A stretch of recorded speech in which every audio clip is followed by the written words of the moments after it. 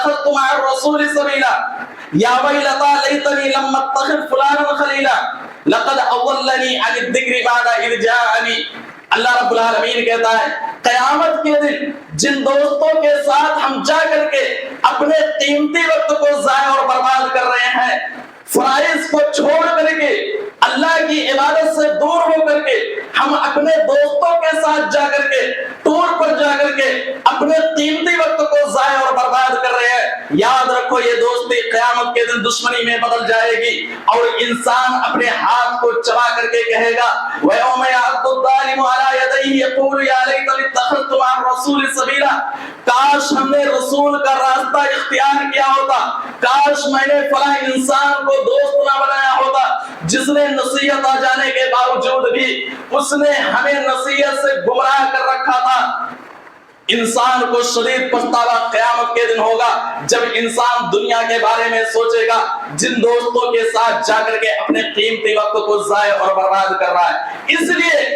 ایسے دوستوں سے ہم بچیں جن دوستوں کے ساتھ رہ کر کے قیمتی وقت ضائع اور برباد ہو رہا ہے۔ ہمیں ایسے دوستوں سے دوستی کرنے کی ضرورت نہیں ہے، ورنہ یاد رکھو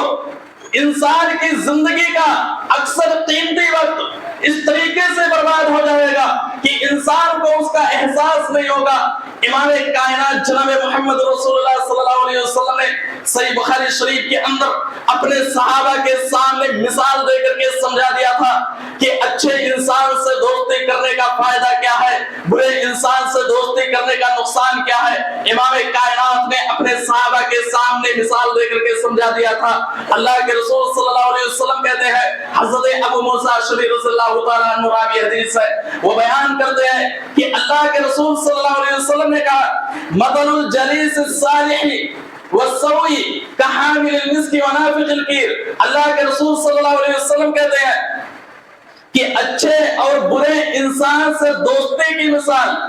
دوستی کرنے کی مثال عطر بیچنے والے اور لوہار کی طرح ہے۔ یعنی اگر تم عطر بیچنے والے انسان سے دوستی کرو گے، اس کے پاس رہو گے، اس کی دکان پر جاؤ گے، تو عطر بیچنے والا انسان یا تو عطر کو ہدیے میں دے دے گا یا تم عطر کو اس سے خریدو گے، یا اگر ہدیے میں نہیں دے گا یا عطر کو تم نہیں خریدو گے تو اس کے پاس رہنے کی وجہ سے جب وہ عطر کو بیچے گا اس کی سیسی کو کھولے گا، اس کی خوشبو تمہارے ناک میں ضرور پہنچے گی۔ لیکن اگر لوہار سے دوستی کرو گے، لوہار کے پاس بیٹھو گے،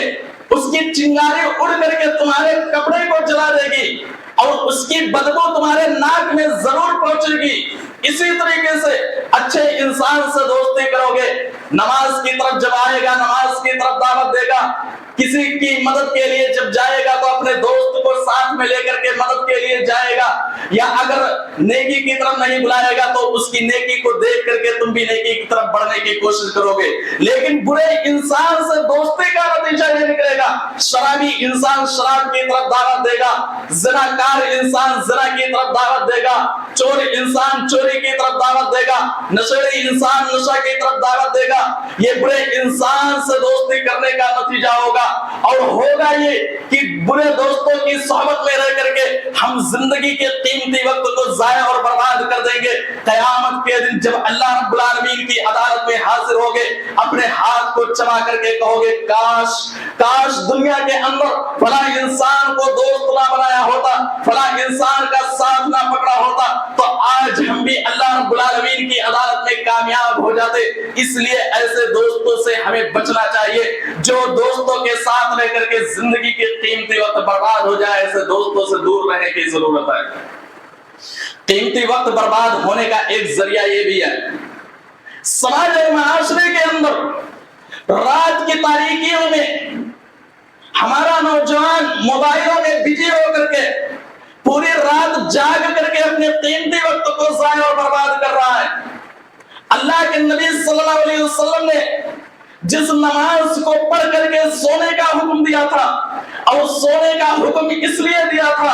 تاکہ تم تہجد پڑھ سکو، نماز فجر میں تم حاضر ہو سکو، لیکن افسوس کا مقام ہے ہمارے معاشرے کے اندر آج ہم 12 بجے تک 2 بجے تک ہم جاگتے رہتے ہیں، بستر پر جاتے ہیں، 2 گھنٹہ موبائل چلاتے ہیں، ہماری نیند اس وقت آتی ہے جب ہم سے قیمتی وقت کے وقت اللہ تبارک و تعالیٰ آسمان دنیا پر آتا ہے، اس وقت جا کر کے ہماری نیند آتی ہے۔ حالانکہ ہونا تو یہ چاہیے تھا کہ عشاء کی نماز پڑھتے، نیند کے آغوش میں جاتے، قیمتی وقت میں اٹھ کر کے اللہ کے سامنے اپنے دکھ درد کو بیان کرتے۔ صحیح بخاری شریف کی روایت ہے، اللہ کے رسول صلی اللہ علیہ وسلم کہتے ہیں رات کے آخری پہر میں اللہ تبارک و تعالیٰ کی ذات آسمان دنیا پر آتی ہے۔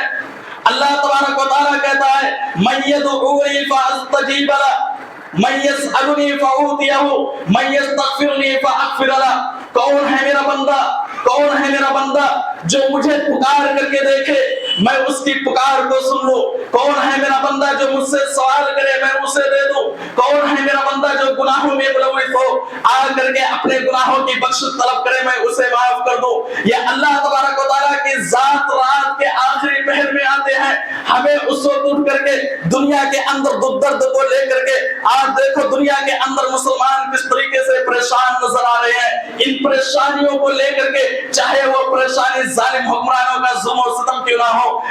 چاہے وہ پریشانی پڑوسیوں کی تکلیف کیوں نہ ہو، چاہے وہ پریشانی قرض کے تعلق سے کیوں نہ ہو، چاہے وہ پریشانی رزق کے تعلق سے کیوں نہ ہو، چاہے وہ پریشانی کسی اور تعلق سے کیوں نہ ہو، ان پریشانیوں کو لے کر کے رب کی عدالت میں حاضر ہو کر کے اللہ کو پکارنے کی ضرورت ہے۔ رب کو پکارو گے، اللہ تبارک و تعالیٰ کی ذات رات کے آخری پہر میں آ کر کے ہمیں بلا رہا ہے۔ کون ہے میرا بندہ جو اٹھ کر کے قیمتی وقت میں اللہ تبارک و تعالیٰ سے سوال کرے؟ افسوس کا مقام ہے جب ہم پوری رات جاگیں گے اور اس وقت سوئیں گے جب رات کا آخری پہر ہو، تو ہم ایسے وقت میں ہم ہرگز نہیں اٹھ سکتے، اللہ تبارک و تعالیٰ کے سامنے یہ دکھ درد ہرگز نہیں رکھ سکتے۔ ہمارا معاملہ یہ ہونا چاہیے کہ اپنے قیمتی وقت کو ضائع اور برباد نہ کریں۔ عشاء کی نماز پڑھ کر کے ہمیں بستر میں جانا چاہیے تاکہ ہم قیمتی وقت میں اٹھ کر کے اللہ تبارک و تعالیٰ کے سامنے اپنے دکھ درد کو بھی رکھ دیں۔ میرے بھائیوں، ہمارے نوجوانوں کی یہ حالت ہے، پوری رات وہ موبائلوں میں بزی ہو کر کے اپنے قیمتی وقت کو ضائع اور برباد کر رہے ہیں۔ اور جس رات کو اللہ تبارک و تعالیٰ کی ذات نے سکون کا ذریعہ بنا دیا تھا، جس اللہ نے دن کے اجالے میں رزق کو تلاش کرنے کا حکم دیا تھا، افسوس کا مقام ہے ہمارے معاشرے کے اندر اس رات کو ہم نے جاگنے والا بنا دیا، دن کو سونے والا بنا دیا۔ قرآن حکیم کے اندر اللہ تبارک و تعالیٰ کہتا ہے وَمِن رَحْمَتِهِ جَعَلَ لَكُمُ اللَّيْلَ وَالنَّهَارَ لِتَسْكُنُوا فِيهِ وَلِتَبْتَغُوا مِن فَضْلِهِ۔ اللہ تبارک و تعالیٰ کی رحمت یہ ہے، اللہ تبارک و تعالیٰ کی رحمت ہے کہ اللہ تبارک و تعالیٰ نے تمہارے لیے رات کو سونے والا بنا دیا، رات میں سکون حاصل کرنے کے لیے بنا دیا، دن کے اجالے میں رزق کو تلاش کرنے والا بنا دیا۔ لیکن افسوس کا مقام، ہم رات کے آخری پہر میں جا کر کے نیند کے آغوش میں پہنچتے ہیں۔ ایسی صورت میں ہماری نیند اس وقت جا کر کے کھلتی ہے جب ہمیں آفس میں جانا ہو یا کام کرنے کے لیے جانا ہو، ہم نماز فجر کو بھی چھوڑ دیتے ہیں جو قابل جرم ہے۔ تو قیمتی وقت کو برباد کرنے کا ایک ذریعہ یہ بھی ہے کہ انسان راتوں رات جاگ کر کے اپنے قیمتی وقت کو ضائع اور برباد کر رہا ہے۔ میرے بھائیو اور دوستو، سماج اور معاشرے کا المیہ یہ بھی ہے،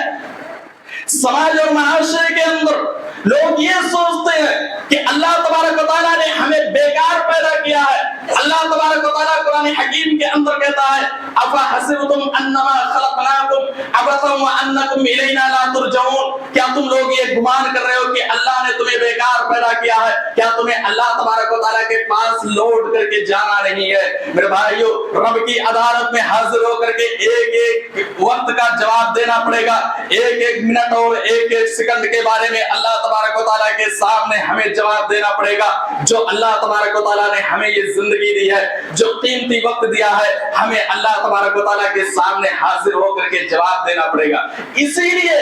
امام کائنات جناب محمد رسول اللہ صلی اللہ علیہ وسلم نے صحیح الترغیب و ترہیب کی روایت ہے، علامہ البانی رحمہ اللہ نے صحیح قرار دیا ہے، اللہ کے نبی صلی اللہ علیہ وسلم نے کہا تھا 5 چیزوں کو 5 چیزوں سے پہلے غنیمت سمجھو،